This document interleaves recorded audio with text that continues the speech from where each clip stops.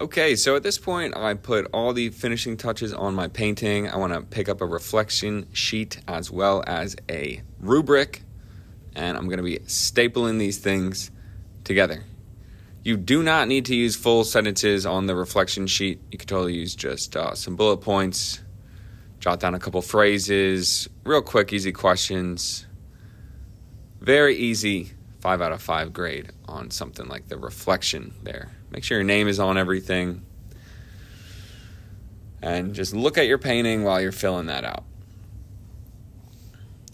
Anyway, while you're filling it out, the paint should be drying. The paint, should be pretty dry at this point, and we can carefully remove the tape. Now, you might get lucky, and the tape comes off all in one foul swoop. But for the most part, a lot of people do end up with tiny little pieces of tape on some areas of the painting. So, if you end up with some small pieces of tape and we're not getting that super clean line, you can just walk up to the front of the room and get an X-Acto blade. Now, the X-Acto blades are extremely sharp, so you need to be really, really, really careful with these.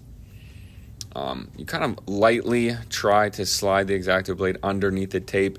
Don't press down too hard because you can easily kind of cut through the paper of the painting. But I'm just kind of finagling it under the tape there to help it lift it up a little bit.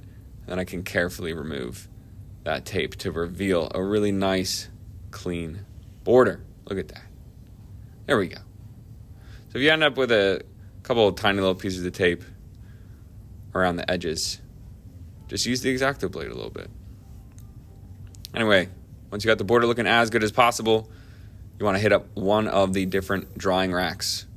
If all 3 classes or if a bunch of my classes are on the same drying rack, it can be kind of confusing to find your painting tomorrow. So one of the 3, just try and get a little spread out between the different 3 classes.